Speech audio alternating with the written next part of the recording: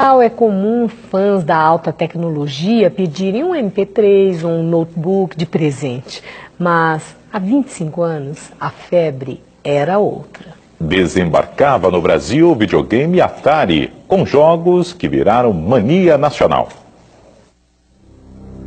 1983.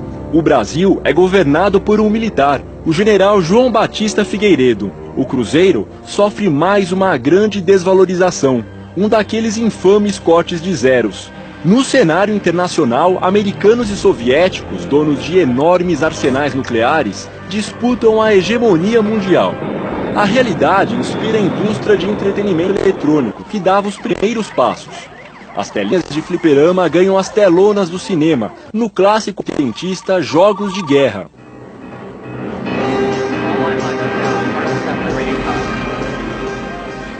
Os americanos já tinham computadores pessoais, mas no Brasil, o espartano telejogo, produzido pela parceria Philco-Ford, era um luxo.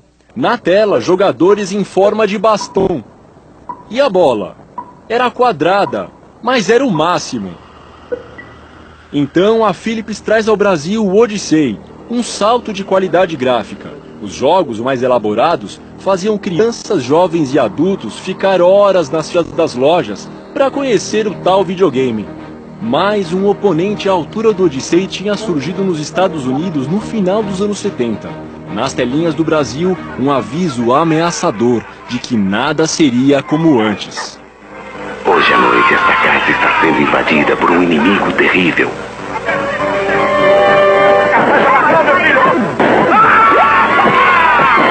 O Atari Videogame.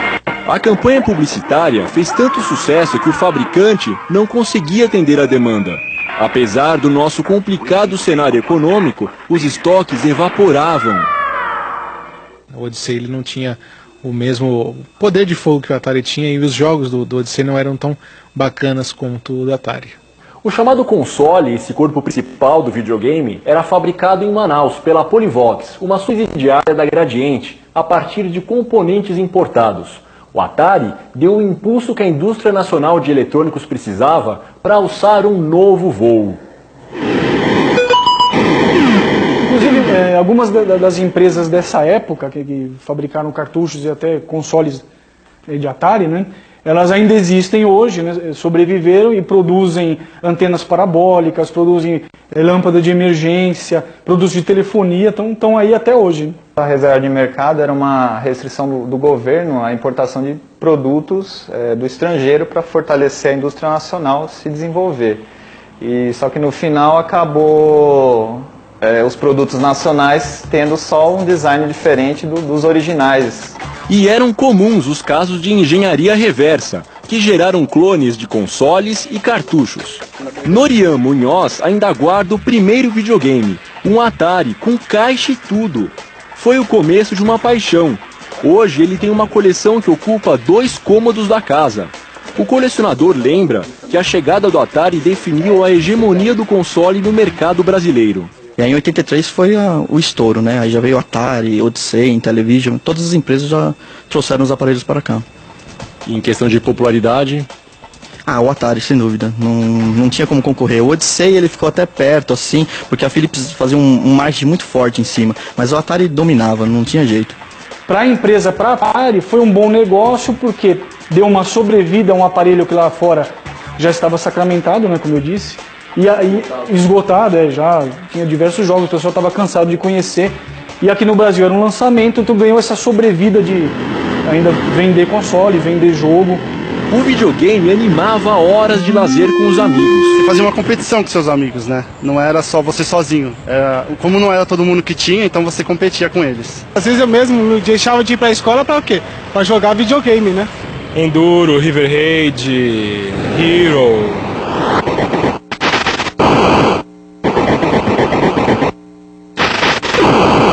O Come tinha gelinho. Para muitas meninas, ele foi o único contato com os games eletrônicos. Eu gostava mais dessa época, desses tipos de jogos. Agora não me adaptei, não consegui aprender. Se no Brasil o Atari fazia sucesso, nos Estados Unidos a popularidade do videogame já começava a cair. Não demorou muito para que despontasse uma nova geração de videogames.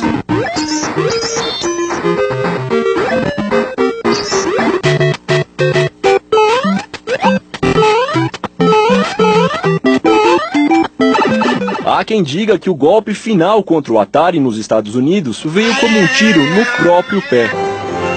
O QG da companhia apostou as últimas fichas num grande sucesso do cinema, ET, o extraterrestre.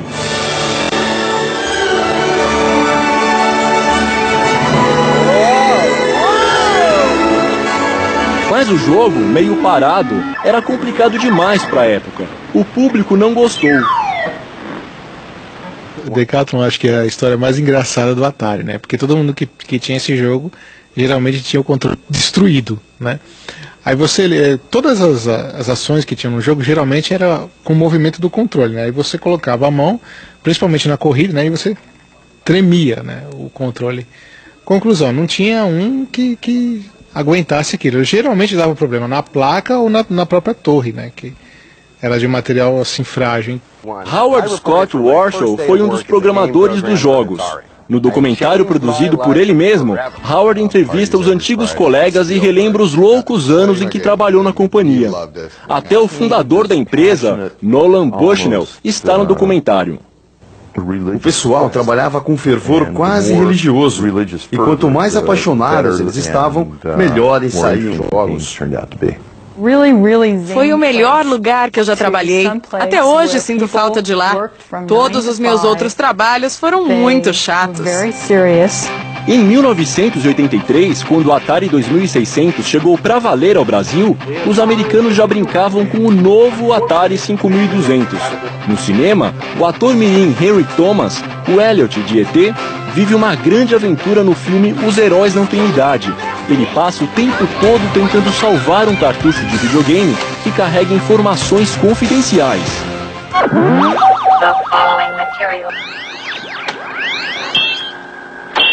Do final dos anos 80 para cá, a Atari passou por altos e baixos nas mãos de muitos donos.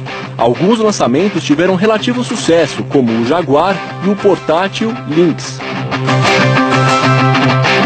Hoje, a companhia tenta retomar uma posição de destaque no universo dos jogos eletrônicos, um lugar virtual que teve boa parte dos fundamentos criados por ela mesma. Mas parece que o grande legado da companhia é mesmo o enorme acervo de jogos clássicos. Não é à toa que eles foram os responsáveis pelos êxitos mais recentes, o Atari Flashback 1, lançado em 2004, e o Flashback 2, de 2005. Nos dois consoles, dezenas de jogos antigos na memória. A coletânea Atari Anthology tem mais de 80 jogos e roda em Windows, PlayStation 2 e Xbox. Eu ainda jogo na internet hoje, você procura, você acha na internet, eu jogo no Riverhead. Mas quem viveu os anos 80 fazendo campeonatos mundiais de videogame na sala de casa, garante que jogar no computador não é a mesma coisa.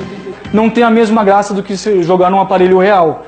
Você tem o prazer de pegar no controle, pegar nos cartuchos, ter a lembrança do aparelho que você teve na época.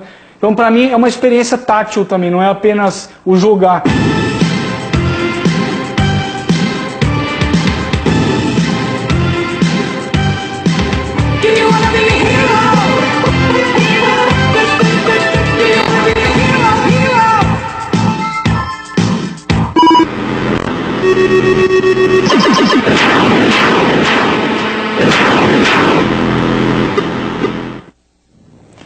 Retrospectiva.